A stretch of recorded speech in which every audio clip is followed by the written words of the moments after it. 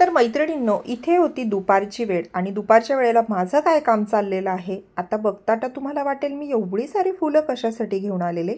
तर आजच्या ब्लॉगमध्ये तुम्हाला ते दिसणारच आहे. बऱ्याच दिवसांपासून माझ्या काही कामांसाठी ना माझी खूप धावपळ चाललेली होती.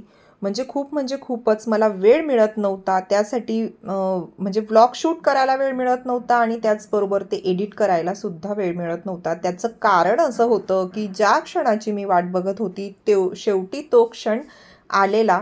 बऱ्याच दिवसांपासून आम्ही काही प्लॅन करत होतो की घराची वास्तुशांती करण्याचा. माझं नवीन घर आहे तर म्हटलं लवकरात लवकर जितकं शक्य होईल तितक्या लवकर आपण घराची पूजाही करून घ्यावी. कारण एकदा ते राहिलं ना की एकामागून एक अशा अडचणी येतात की ते राहून जातं.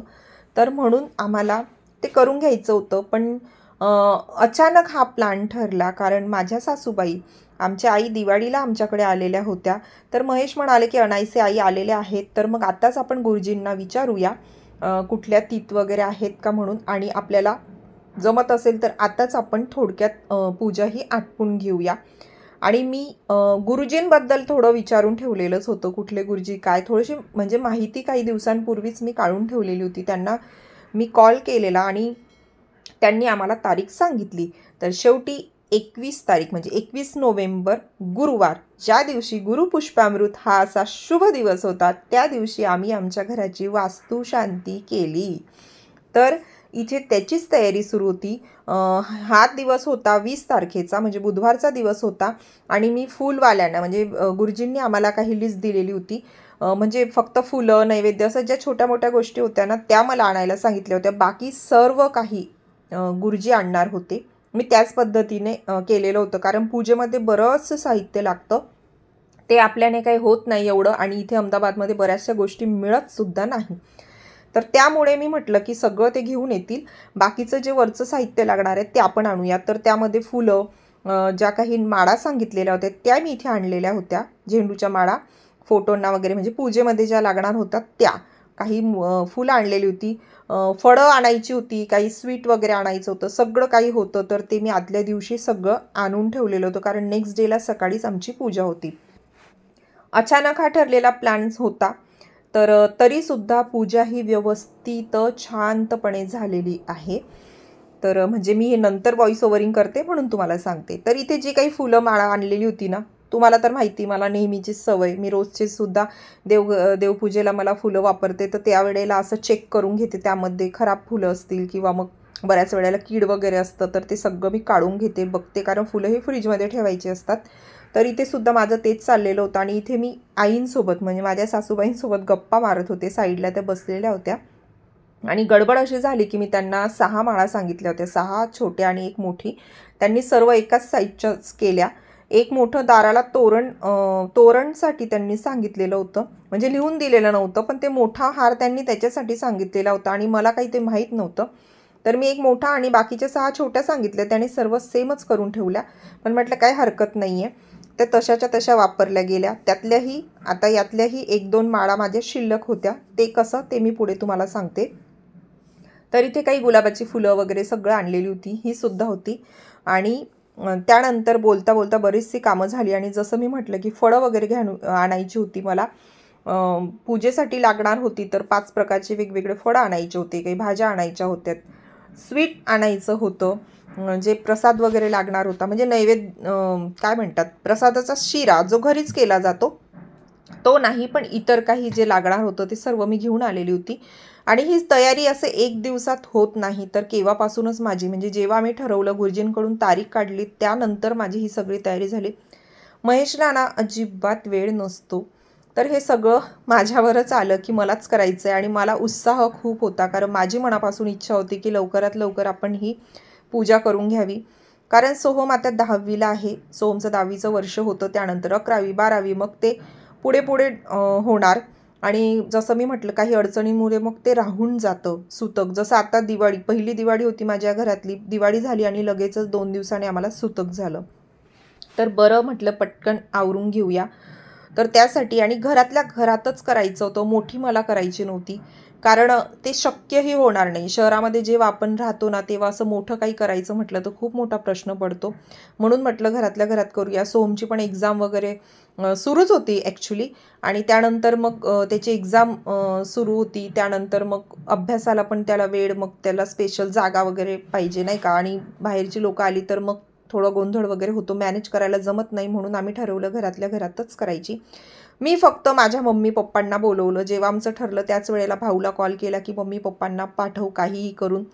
रिझर्वेशन त्यांनी कसंही करून, रिझर्वेशन वेटिंगवरच होतं आईचं, तर ते तसंच केलं. आणि आत्ता इथे आम्ही जात आहोत मम्मी पप्पांनाच घ्यायला संध्याकाळी. त्यांची संध्याकाळी ट्रेन येणार होती, तर महेश आणि मी निघालेलो आहोत त्यांना घेण्यासाठी. घरापासून ना रेल्वे स्टेशन खूप लांब आहे. इतक्या वर्षात दुसऱ्यांदा हे मागच्या वेळेला आले तेव्हा आणि आता दुसऱ्यांदा मी घ्यायला जाते स्टेशनवर, कारण याआधी ते जेव्हाही यायचे ना ते स्वतःच येऊन जायचे बसने वगैरे. पण आता त्यांच्याकडे सामान आहे, कारण गावाकडून यायचं होतं, तर मी पूजेचं काही साहित्य त्यांना सांगितलं होतं. आमच्याकडे म्हणजे इकडे ना पूजेमध्ये केळीचे खांब वगैरे किंवा केळीचे पानं असं काहीही मिळत नाही, बऱ्याचशा गोष्टी मिळत नाही इथे. तर त्या मी आईला गावावरून आणायला सांगितलेल्या होत्या, तर ते आणायचं होतं. आणि बाकीचं साहित्य आता आई येते तर रिकामी तर येणार नाही, भरपूर साहित्य ती घेऊन येणार होती. म्हणून म्हटलं आपणच जाऊया स्टेशनवरती. तर महेश आणि मी निघालेली होती. आणि इथे आणि मध्ये जे तुम्ही बघितलं तर गाडीमध्ये मस्त गाणे चालू होते आणि आमचं फेवरेट सॉन्ग लागलेलं होतं दोघांचंही, म्हणून आम्ही ते थोडंसं गात पण होतो. इथे तुम्ही म्हणणार मी मध्येच हे काय दाखवते, तर मला ना माझी तयारी करायला असा वेळच मिळाला नाही. नेलपेंट वगैरे काही मी लावलेली नव्हती, आधी जी लावली ती काढली. तर मला निघताना अचानक आठवलं म्हणून मी पर्समध्ये नेल रिमूव्हर, नेलपेंट सगळं ठेवून घेतलं होतं. मग जिथे जिथे गाडी थांबायची ना त्या वेळेला मी ते नेलपेंट रिमूव्ह केली आणि गाडीमध्येच हाताला आणि पायांना नेलपेंट लावली. तर ते मी इथे तुम्हाला दाखवण्याचा प्रयत्न करते. तर बघा वेळेचा उपयोग मी कसा करून घेतला. गाडीत बसल्या बसल्या माझं एक काम झालं. बाकीची माझी काहीच तयारी झालेली नव्हती, कारण स्वतःकडे बघण्यासाठी स्वतःची तयारी करायला मला अजिबात वेळ मिळाला नाही. आणि आपण घरातच करणार आहोत. माझ्यासाठी ना पूजा करणं महत्त्वाचं होतं आणि ती शांततेत व्यवस्थित पार पाडणं माझ्यासाठी गरजेचं होतं. सो त्यासाठी माझ्यासाठी बाकीच्या गोष्टी महत्त्वाच्या नव्हत्या. ही क्लिप जे तुम्ही बघत आहात, म्हणजे आत्ता जे तुम्ही व्हिडिओमध्ये बघत आहात, ते होतं नेक्स्ट डेला, म्हणजे ज्या दिवशी पूजा होती त्या दिवशी मी लवकर उठले होते, कारण गुरुजींनी 5:15ला ते येतील असं सांगितलेलं होतं. आणि गुरुजी पण जे होते ना ते ओळखीतले नाही, पण म्हणजे पहिल्यांदाच मी माझ्या घरी अशी पूजा वगैरे करते, तर पहिल्यांदाच माझ्या घरी गुरुजी पण येणार होते. तर माझी जी मैत्रीण आहे हर्षदा, तिने मला सजेस्ट केलेलं होतं, कारण तिच्या घराची नुकतीच वास्तुशांती झालेली होती, तर तिला त्यांची पूजा आवडली होती आणि तिने मला त्यांचं नाव सजेस्ट केलं होतं. मराठी गुरुजी आहेत, तर म्हटलं आपण त्यांनाच सांगूया, म्हणजे मराठीमध्ये सगळं होतं ना तर मग आपल्याला ते कळतं पण. आणि पूजा खूप छान केलेली होती म्हणून तिने मला सांगितलं होतं, तर मी पण त्यांनाच सांगितलं.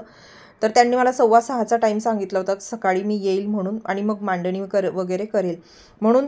त्या दिवशी मी 4:30 पावणे 5लाच उठले. माझं झाडू पोछा बाहेरचं अंगण सगळं आवरून घेतलं, आंघोळ केली, आणि त्यानंतर सर्वात पहिले मी माझी नेहमीसारखी जी सेवा मी करते अन्नपूर्णा मातेची, स्वयंपाकघरातील आपली, तर ती माझी इथे चालू आहे. कारण म्हटलं नंतर एक एक घरातले सर्व उठतील तर मग गॅस सुरू होईल, तर त्यासाठी आधी गॅसची पूजा वगैरे आपण करून घेऊया. तर इथे छान सगळा ओटा वगैरे मी रात्री धुवून ठेवला होता, सकाळी फक्त पुसून घेतला, स्वस्तिक काढलं, त्यानंतर छान गॅसची पूजा करून घेतली.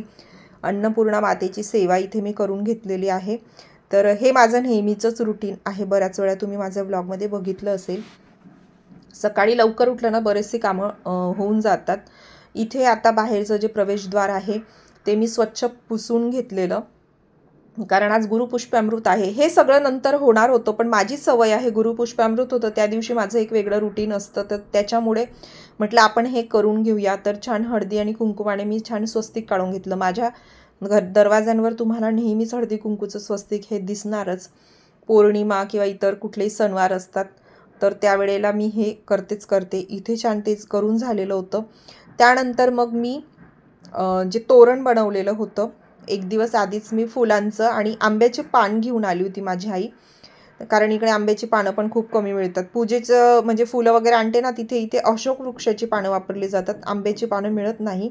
तर म्हणून मी आईलाच सांगितलेलं होतं आणायला, कारण पूजेत पण लागणार होती मला. तर आंब्याची पानं आणि मस्त झेंडूची फुलं टाकून मी छान इथे सुंदर तोरण बनवून घेतलेलं होतं, तर ते मी इथे डोरला लावत होते. आणि लावताना मला थोडा त्रास होत होता, कारण उंचावर आहे. काय होतं ना, आपला मुख्य द्वार जो असतो ना त्याच्यावरती तोरण वगैरे आपण लावू शकतो, पण सेफ्टी डोअर लावल्यामुळे ना तोरण लावण्याचं थोडंसं म्हणजे अडचणच येते, लावताच येत नाही. म्हणून तुम्ही बघू शकता की माझ्या डोअरवर मी अगदी वरती असं तोरण लावलेले आहेत. आणि दिवाळीलाच मी हे लावले होते, तर ते काढले नव्हते. म्हटलं राहू देव, थोड्या दिवसांनी काढूया. मग नंतर पूजा करायचं ठरलं तर मग मी काढलेच नाही. म्हटलं असू द्या, आता पूजा वगैरे सगळं झाल्यानंतरच ते मी करेल. आणि इथे ना महेशसुद्धा उठलेले होते, आम्ही दोघं अजून उठलेलो होतो, बाकी सगळेजण झोपलेले होते. म्हणजे एक एक एक एक उठत होते. सर्वात पहिले आज माझा नंबर होता, कारण मला एवढी कामं आटपायची होती माझी. तर इथे महेश मला म्हणत होते की मी मदत करू का, मी लावून देऊ का. म्हटलं नको, कारण महेशची आंघोळ झालेली नव्हती, म्हणून मी म्हटलं की नको, हे मी काम मी माझं माझं करते. तरी ते थोडंसं स्ट्रगल चाललेलं होतं, कारण हात माझा पुरत नव्हता. आणि जे माळा लावलेल्या होत्या ना, त्यात दोरा जो होता तो कच्चा दोऱ्यामध्ये मी पोवलं होतं, त्याच्यामुळे तो सारखा सारखा निघून जात होता. तर अशा पद्धतीने कसं तरी थोडीफार मेहनत वगैरे घेऊन मी छान तोरण तर लावलं. आता इथे पण एक गंमत झाली बरं का मैत्रिणींनो. तोरण मी लावलं आणि नंतर मला अचानक लक्षात आलं की आपण हे तोरण उलटं लावलेलं, म्हणजे जी पानं आहेत ना ती उलटी दिसत होती. परत ते तोरण काढलं आणि मग आता परत मी ते लावतीये. तर बघा, घाई गडबडीमध्ये कधी कधी ना असं कामंसुद्धा असे उलटी पुलटी होतात, नाही का. तुमच्या बाबतीत होतंच का असं? घाईघाई असेल ना तेव्हा नक्कीच होतं. आणि मी तेच सांगत होती की मला माहीत नव्हतं की गुरुजींनी जो मोठा हार आहे तो इथे दरवाजाला लावण्यासाठी मागवला होता.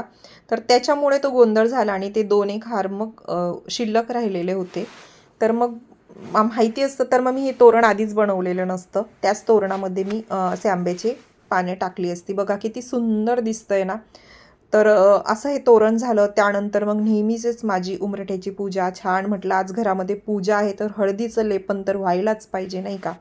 तर इथे उंबरठ्याला छान मी हळदीचं लेपन करून घेतलं. नेहमीसारखी छोटीशीच रांगोळी काढली. रांगोळी काढण्यामध्ये मी खूप जास्त वेळ वगैरे घालवलेला नाही आहे.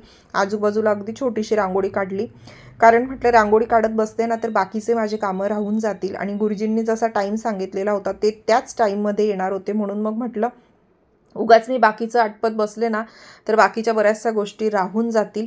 म्हणून मग मी विचार केला की छोटीशीच रांगोळी काढूया, त्यामध्ये जास्त वेळ वाया घालवू नको म्हणून.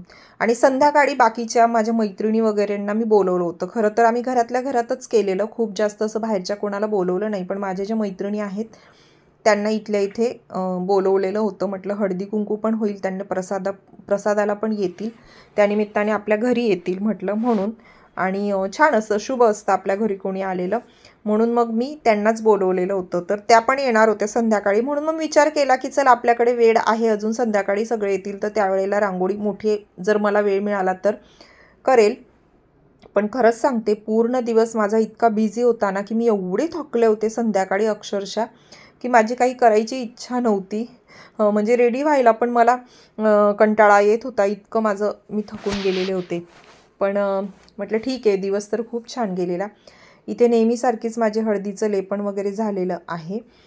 जी स्वस्तिक आणि लक्ष्मीची पावलं मी लावून घेतलेली आहेत चांदीची उंबरठ्यावरती. बरेच जण याबद्दलसुद्धा विचारत आहेत, कमेंट येतात. तर मग मी याच्यावर डिटेल व्हिडिओ लवकरच शेअर करणार आहे. सो असं होतं. तर इथे आता छान माझी पूजा वगैरे झाली. आणि ही पूजा मी जेव्हा करत होते ना त्याच वेळेला, म्हणजे पूर्ण पूजा झाली माझी आणि त्याच वेळेला गुरुजी पण आलेले, तुम्हाला ते पुढे दिसेलच. म्हणजे मी माझं तेच होतं की घाईघाईत की निदान बाहेरचं जरी आवरलून झालं ना की मग गुरुजी येतील, पूजा मांडणी सुरू करायला सुरुवात करतील, तर मग आपण घरातल्या घरात बाकीचं सगळं आवरता येईल आपल्याला. तर स्वयंपाक वगैरे तर नव्हता, फक्त नैवेद्य दाखवायचा होता, तर ते माझी आई आवरून घेणार होती. आणि तेच कारण होतं की मला माझ्या आईला बोलवून घ्यायचं होतं, कारण मी पूजेला बसल्यानंतर कोणीतरी आवरणारं पाहिजे. आणि माझ्या सासूबाई होत्याच, पण त्यांना सगळं करणं शक्य झालं नसतं, कारण त्यांच्या वयामानानुसार त्यांना ते एवढं करणं शक्य होत नाही, उभं राहिलं जात नाही त्यांच्याने, म्हणून कोणीतरी मग पाहिजे, म्हणून मी आईला बोलवून घेतलेलं होतं. आईने सगळं खूप छान केलं. आणि इथे तुम्ही बघू शकता की गुरुजीसुद्धा आलेले आहेत आणि अगदी वेळेतच माझी ही पूजा वगैरे झाली. छोटंसं तुम्हाला बाहेरून दाखवते. हे बघा, इथे फक्त छोटीशी अशी साईडला रांगोळी काढलेली आणि बॉर्डर रांगोळी याला आपण म्हणू शकतो, असं छोटंसंच मी करून घेतलं. आणि उंबरठा बघा किती सुंदर दिसतोय. मैत्रिणींनो, मी ते तुम्हाला नेहमीच सांगते की घराला उंबरठा असायला पाहिजे आणि तुमच्या घराला असेल तर तुम्ही अशा प्रकारे हळदीचं लेपन नक्कीच करा. बघा घर किती सुंदर दिसतंय. त्यानंतर इथे माझी रोजची जी देवपूजा आहे ती सुद्धा आटपून झालेली आहे आणि आजची देवपूजा माझी कशी आहे ते मी तुम्हाला इथे दाखवत आहे.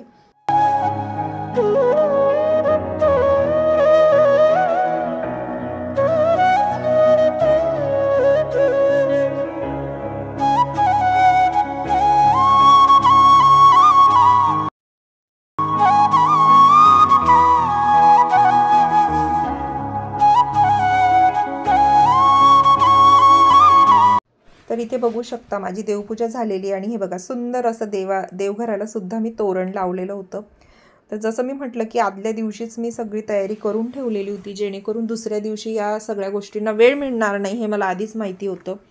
त्यासाठी बऱ्याचशा गोष्टी मी एक दिवस आधीच आटपून ठेवलेल्या होत्या. इकडे माझी देवपूजा झाली, तिकडे गुरुजी पूजेची मांडणी करत होते. जे काही साहित्य त्यांनी मला सांगितलं होतं त्या व्यतिरिक्त जे काही लागणार होतं ते सगळं मी त्यांना काढून दिलं होतं आणि खरंच पूजा खूप छान झाली. आणि इथे बघा हे माझी आई गावावरून केळीचे खांब, आंब्याची पानं वगैरे भरपूर काय काय घेऊन आलेली होती. इकडे ते अजिबात मिळत नाही. आंब्याची काड्या ज्या होतात हवनमध्ये ज्या लागतात ना त्यासुद्धा मिळत नाही. तर आई तिकडूनच घेऊन आली होती. फुलं याची फुलं, शेवंतीची फुलं वगैरे खूप घेऊन आली होती. त्याच्यामुळे ना इतकं छान वाटत होतं. पूर्ण पूजा मांडल्यानंतर कशी दिसते ती मी एकदा तुम्हाला दाखवते आणि कुठली कुठली पूजा होती हे तुम्हाला नेक्स्ट ब्लॉगमध्ये बघायला मिळेल. तर आजच्या ब्लॉगमध्ये मी इतकंच शेअर करते कारण पूर्ण एका दिवशीचं रुटीन शेअर केलं तर ब्लॉग खूप मोठा होतोय. तर मैत्रिणींनो नेक्स्ट ब्लॉगमध्ये मी तुम्हाला भेटणार आहे. तर तुम्ही ज्यांनी कोणी चॅनलला सबस्क्राईब केलेलं नसेल त्यांनी नक्कीच करून ठेवा, म्हणजे नेक्स्ट ब्लॉग तुम्हाला बघायला मिळेल. खूप छान असा ब्लॉग असणार आहे. लवकर भेटूया नेक्स्ट ब्लॉगमध्ये. तोपर्यंत सर्वांना take care and bye bye.